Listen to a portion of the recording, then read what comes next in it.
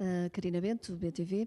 I was asking you, what are your expectations for this game with Gil Vicente that is struggling to maintain the 6th place? Thank you. 16th.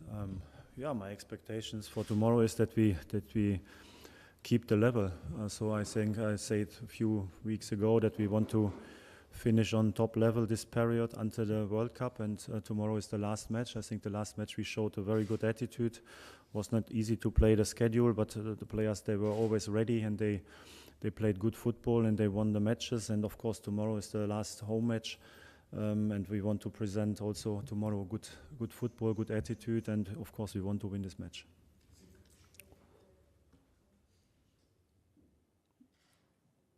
Hello, Mr. Schmid. Ana Luisa Fernandes for SIC. My question is, can you tell us your opinion about the 5 players that go to the World Cup? And regarding that, you will lose 2 of the back defenders. Is it a challenge or opportunity? Yeah, first of all, I'm very happy that Enzo and Nico were called for the Argentinian national team, and also João Mario, Gonzalo, and Antonio for the Portuguese team. I think they deserved it. I think they played until now a very, very good season.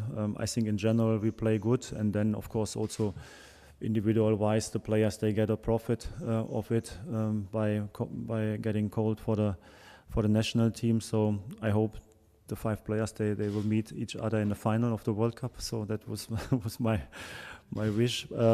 I think there are some players also in our team who maybe in the future becoming players from national teams. So I think there are also some players who are playing on top level, so that they can also have the expectations that one day they are part of national teams, also for these big tournaments. And yeah, with the center back, I think, of course, Antonio and Nico are at the moment always in the starting 11 because they are doing very well. They are used to each other, and as a coach on the center back position, you don't like to switch so much, and that's why they're always playing. They are fit. They're always recovered. But on the other hand, we also have 4 very good replacements with Morato, with John Brooks, and with Lucas Verissimo and Joao Victor. All of them are fit again. Even Morato is training now with the team again. So I think for the World Cup time we still have a very good solution for this position, and maybe it's also then good to see the advantage that these players then also get match practice and can also improve their shape.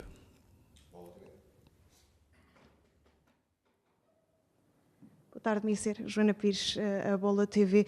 Benfica hasn't had so many players in the World Cup for the national team, the Portuguese national team, since 2006. As coach, do you feel responsible that now Benfica has their 3 players for the Portuguese national team?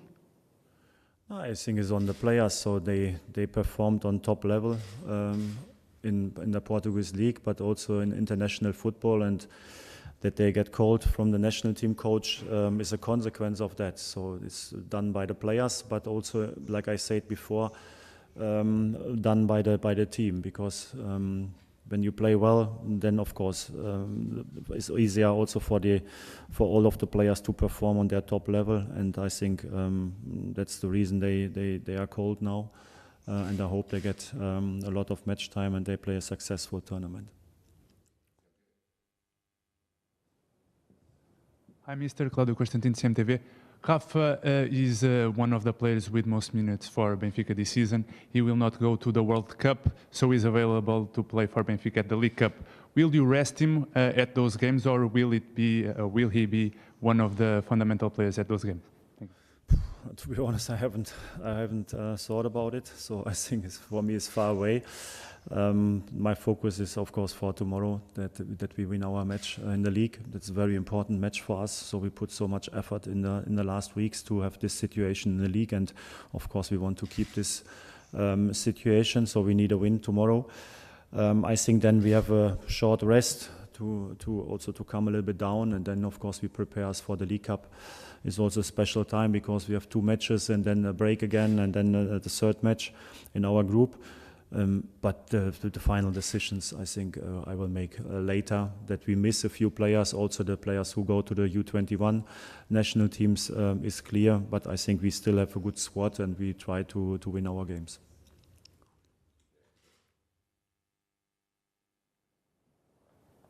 Boa tarde, Mr. Roger Schmidt. I would like to ask about 2 specific players. How is Grimaldo mentally after he's not called up to the World Cup? And how is Gonçalo Ramos physically for this game against Gil Vicente?